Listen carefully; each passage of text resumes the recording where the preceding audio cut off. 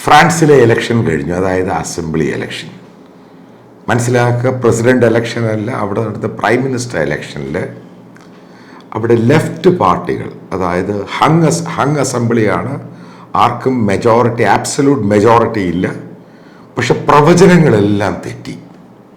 ഇപ്പം എന്തായിരുന്നു പ്രവചനം? എന്തിനു വേണ്ടിയാണ് ഈ സ്നാപ്പ് എലക്ഷൻ, പെട്ടെന്ന് എലക്ഷൻ വരാനുണ്ടായ കാരണം? ഇതിലൊക്കെയാണ് നമ്മളിത് പോകുന്നത്. അതായത് ഒരു മാസം മുമ്പാണ് യൂറോപ്യൻ യൂണിയൻ്റെ എലക്ഷൻ നടന്നത്. ഇപ്പം യൂറോപ്യൻ യൂണിയൻ എലക്ഷൻ്റെ അകത്ത് ഫാർ റൈറ്റ്, അതായത് മരിയ ലീപ്പൻ, അവർ നയിച്ച പാർട്ടിക്ക് അതിൻ്റെ കാൻഡിഡേറ്റ്സിനാണ് വിജയമുണ്ടായത്. അതായത് ഫാർ റൈറ്റ്. ഇപ്പോൾ ഇമാനുവൽ മാക്രോൺ എന്ന് പറയുന്നത് സെൻട്രിസ്റ്റാണ്. പിന്നെ അവിടെ ലെഫ്റ്റ് പാർട്ടീസ് ഉണ്ട്. അതായത് മൂന്ന് രീതിയിലുള്ള സഖ്യങ്ങളും രീതിയാണ് അവിടുത്തെ പ്രധാനപ്പെട്ട പാർട്ടികളും മുന്നണികളും എന്ന് പറയുന്നത്. അപ്പോൾ എല്ലാവരും പ്രതീക്ഷിച്ചു ഫാർ റൈറ്റ് ലീപ്പൻ്റെ പാർട്ടി അവിടെ വിജയിക്കും. ഇതായിരുന്നു പ്രഡിക്ഷനും ഈ പറയുന്ന പലതും വന്നത്. പക്ഷെ ഫസ്റ്റ് റൗണ്ട് ഇലക്ഷൻ കഴിഞ്ഞ് കഴിയുമ്പോൾ സെക്കൻഡ് റൗണ്ട് ഇലക്ഷനിലോട്ട് പോയപ്പോൾ മറ്റ് പലരും പ്രെഡിക്റ്റ് ചെയ്യാൻ തുടങ്ങി ഫാർ റൈറ്റിന് ഈ പറയുന്ന പോലെ ഒരു വലിയ മുന്നേറ്റം ഉണ്ടാക്കാൻ കഴിയില്ല. ഇതാണ് ഇവിടെ പ്രഡിക്ഷൻ ഉണ്ടായത്. കാരണം എക്സിറ്റ് പോൾ ആണെങ്കിൽ എല്ലാം ഇതിനെപ്പറ്റി പറയാൻ തുടങ്ങി. വലിയ മാറ്റമൊന്നും ഉണ്ടാകാൻ പോകുന്നില്ല. ഇമാനുവൽ മാക്രോണിന് തോൽവി സംഭവിക്കാം, കാരണം അദ്ദേഹത്തിൻ്റെ പാർട്ടിക്ക് തോൽവി സംഭവിക്കാം. പകരം ഈ പറയുന്ന ലീപ്പൻ, അവരുടെ പാർട്ടിക്ക് മുന്നേറ്റം ഉണ്ടാക്കാൻ സാധിക്കില്ല. പക്ഷെ ആരും പ്രെഡിക്റ്റ് ചെയ്യുന്നില്ല.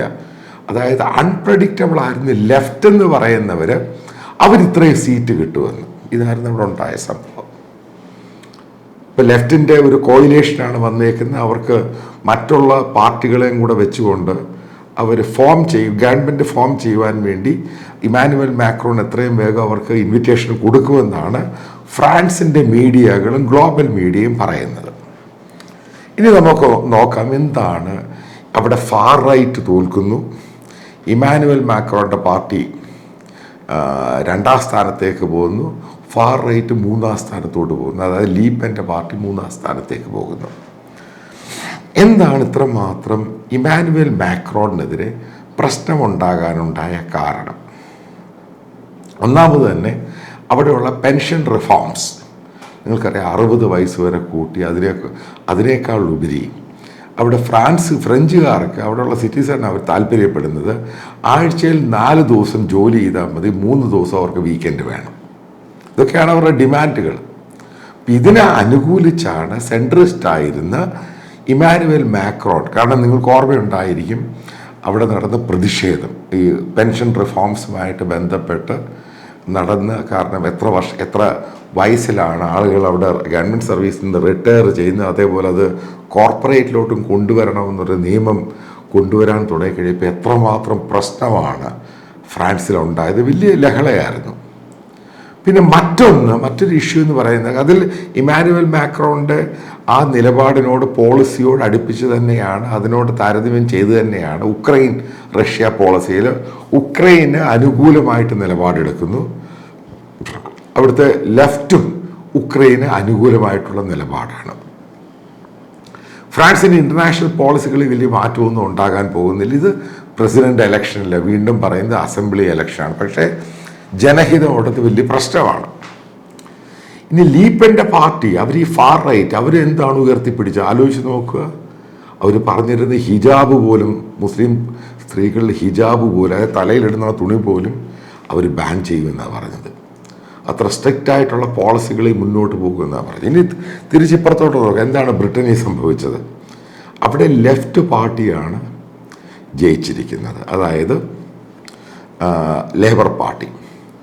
അപ്പം യൂറോപ്പിൽ പൊതുവെ ഒരു ചെറിയ മാറ്റം ഉണ്ടാകുന്നുണ്ട്. നിങ്ങൾ പല ആൾക്കാരുടെയും കേരളത്തിലെ സോഷ്യൽ മീഡിയയിലൊക്കെ ഉദ്ദേശിക്കുന്നത് ഈ യൂറോപ്യൻ രാജ്യങ്ങളിലെ ഇലക്ഷനിൽ ഫ്രാൻസിലും ബ്രിട്ടനിലും ഒക്കെ ഉണ്ടായ ലേബറും ലെഫ്റ്റും ഒക്കെ വിജയിച്ചതിൻ്റെ ഉദ്ദേശം ഏതോ വലിയ രീതിയിലുള്ള സംഭവത്തിൻ്റെ മാറ്റം, അതായത് അവരെ കൺസർവേറ്റീവായിട്ട് ആ ഭാഗത്തു നിന്നും യാഥാസ്ഥിതികർ ഇമിഗ്രേഷൻ്റെ പോളിസി ആണെങ്കിലും മുസ്ലിങ്ങളോടുള്ള നിലപാടാണെങ്കിലും വലിയ മാറ്റം ഒരു പുല്ലും ഉണ്ടാകാൻ പോകുന്നില്ല. കാരണം ഞാനൊരു അവിടുത്തെ ഒരു MP-യുമായിട്ട് യൂറോപ്യൻ യൂണിയനിലൊരു മെമ്പറുമായിട്ട് സംസാരിച്ചു കഴിഞ്ഞപ്പോഴാണ് കാര്യങ്ങൾ പിടികിട്ടിയത്. ഇവരൊക്കെ ഈ ഷെങ്കൻ യൂറോപ്യൻ രാജ്യങ്ങളൊക്കെ ഹ്യൂമനിറ്റേറിയൻ്റെ ഇഷ്യൂ പറയുന്നുണ്ട്.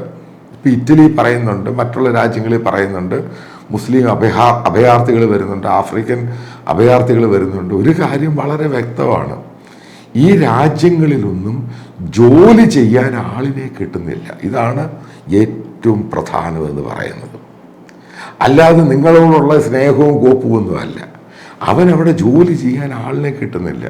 അതായത് താഴേക്കിടെയുള്ള ജോലി, ഡ്രൈവറായിട്ടും ട്രക്ക് ഡ്രൈവറായിട്ടും കടകളിൽ നിൽക്കാനും ക്ലീൻ ചെയ്യാനും അതിന് ജോലി ചെയ്യുവാൻ ആളിനെ, ഡെലിവറി ബോയ് ആയിട്ടും വണ്ടി ക്ലീൻ ചെയ്യാനും കാറിനകം ക്ലീൻ ചെയ്യാനും വീടിൻ്റെ അകം ക്ലീൻ ചെയ്യാനും അതേപോലെ പൂന്തോട്ടം വൃത്തിയാക്കാനും റോഡ് ക്ലീൻ ചെയ്യാനും ഷോപ്പുകൾ ക്ലീൻ ചെയ്യാനും മോൾസ് ക്ലീൻ ചെയ്യാനും പെയിന്റ് അടിക്കാനും ഇതൊക്കെയാണ് അവിടുത്തെ വേക്കൻസി എന്ന് പറയുന്നത്.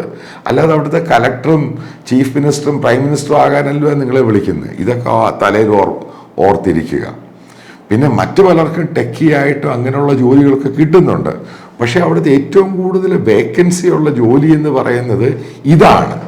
അതുകൊണ്ട് യൂറോപ്യൻ യൂണിയനാണ് ഇമിഗ്രേഷൻ എന്ന് പറയുന്ന ഈ സംഭവം പെട്ടെന്ന് കയറി ബ്ലോക്ക് ചെയ്തില്ല. കാരണം അവിടെ ജോലി ചെയ്യാൻ ആളിനെ കിട്ടുന്നില്ല. ഇതാണ് പ്രശ്നം. അതിന് ജോലി ചെയ്യാൻ ആളിനെ കിട്ടാത്തതിൻ്റെ പേരിലാണ് ഈ കാനഡയാണെങ്കിലും മറ്റുള്ള രാജ്യങ്ങളാണെങ്കിലും ഇവരെ മറ്റുള്ളവരോട് അങ്ങോട്ട് പോകാൻ പറയുന്നത്. അതായത് ഇമിഗ്രേഷനും സംഭവങ്ങളും കൊടുക്കുന്നത്. ഇതാണ് അതിൻ്റെ പരമപ്രധാനം. അത് ഈ വലിയ രീതിയിലുള്ള മാറ്റമൊന്നും വരാൻ പോകുന്ന സമയത്തുണ്ടാകും. കാരണം അതിൻ്റെ ഒത്തിരി കാരണങ്ങളുണ്ട്. കാരണം ഒന്നാമത് അവർക്ക് കുട്ടികളെ പ്രസവിക്കാനും അവിടെ വളർത്തുവാനും ഈ യൂറോപ്യൻ രാജ്യങ്ങളാണെങ്കിലും കാനഡയാണെങ്കിലും അമേരിക്ക അവർക്ക് താല്പര്യമില്ല. അതൊന്ന്. രണ്ടാമത് ഇവർക്ക് ഈ കുടുംബം, പ്രാരാബ്ദം, അതേപോലെ ഈ സംഭവം ഭാര്യ ഭർത്താവ് ജീവിതത്തോടുള്ള താല്പര്യം വളരെ വളരെ അതിൻ്റെ കുറവെന്ന് പറയുന്നത് അവരുടെ ജനസംഖ്യ റേറ്റ് നോക്കിയാൽ കാണാം. അവർക്ക് താല്പര്യമേ ഇല്ല.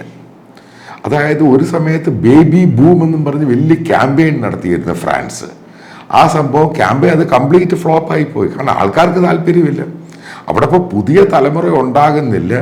അവിടെ ജോലി ചെയ്യാൻ ആളിനെ കിട്ടുന്നില്ല. പല ജോലിയിലും അതായത് എൻ്റെ ആ സുഹൃത്ത് സംസാരിച്ചപ്പോൾ പറഞ്ഞത് പല കടകളിലാണെങ്കിലും ഷോപ്പുകളിലാണെങ്കിലും ഇങ്ങനെ വേക്കൻസി ബോർഡ് എഴുതി വെച്ചേക്കുക.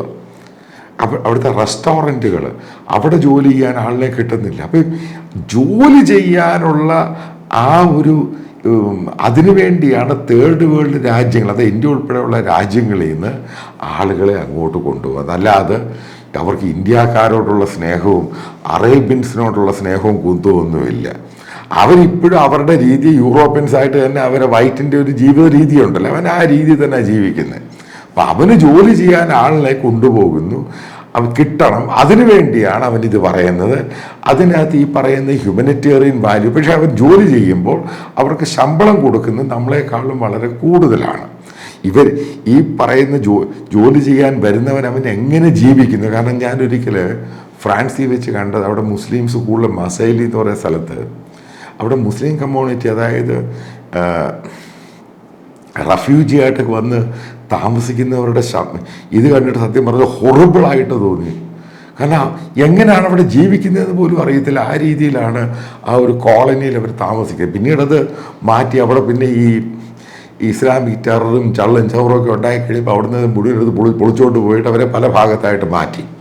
അപ്പം ഇങ്ങനെയാണ് പിന്നീടത് ലൈഫ് സ്റ്റൈലിൻ്റെ ഭാഗമായിട്ട് ജോലിയൊക്കെ ചെയ്ത് ഉയർന്നു വരാം. ഇതിൻ്റെ ഭാഗമാണ്. അല്ലാതെ യൂറോപ്യൻ യൂണിയൻ ആണെങ്കിലും കാനഡയാണെങ്കിലും മറ്റുള്ള വെസ്റ്റേൺ രാജ്യങ്ങളും ഈ പറയുന്ന പോലെ മറ്റുള്ള തേർഡ് വേൾഡ് രാജ്യങ്ങളെ സഹായിക്കുന്നു, അവർക്ക് ഹ്യൂമനിറ്റേറിയൻ എയ്ഡ് ഇതൊന്നുമില്ല. യാഥാർത്ഥ്യം എന്ന് പറയുന്ന അവന് ജോലി ചെയ്യാൻ ആളിനെ വേണം. അതിന് ഇതേപോലുള്ള രാജ്യങ്ങളിൽ നിന്നാണ് ആളിനെ. കാരണം ആ പറയുന്നൊരു ജോലി അവൻ അവിടെ ചെയ്യത്തില്ല. അപ്പം അതിനവന് ആളിനെ വേണം. അത് മാത്രമേ ഉള്ളൂ. അതിപ്പോഴൊന്നും മാറാൻ പോകുന്നില്ല. ലേബർ പാർട്ടി വന്നാലും മാറാൻ പോകുന്നില്ല, കൺസർവേറ്റീവ് വന്നാലും മാറാൻ പോകുന്നില്ല, ഡെമോക്രാറ്റ് വന്നാലും മാറാൻ പോകുന്നില്ല, റിപ്പബ്ലിക്കൻസ് വന്നാലും മാറാൻ പോകുന്നില്ല. പിന്നെ ഇമിഗ്രേഷനും ഈ പറയുന്ന സിറ്റിസൺഷിപ്പിൻ്റെ അകത്ത് ചില ഡിലേസും പ്രോസസ്സും ഒക്കെ ഉണ്ടാകും. അതതിൻ്റെ ഭാഗമാണ്. മറ്റുള്ള കാര്യങ്ങളിലൊക്കെ ഒരു മാറ്റവും ഈ പറയുന്ന യൂറോപ്യൻ രാജ്യങ്ങളിൽ ഉണ്ടാകാൻ പോകുന്നില്ല.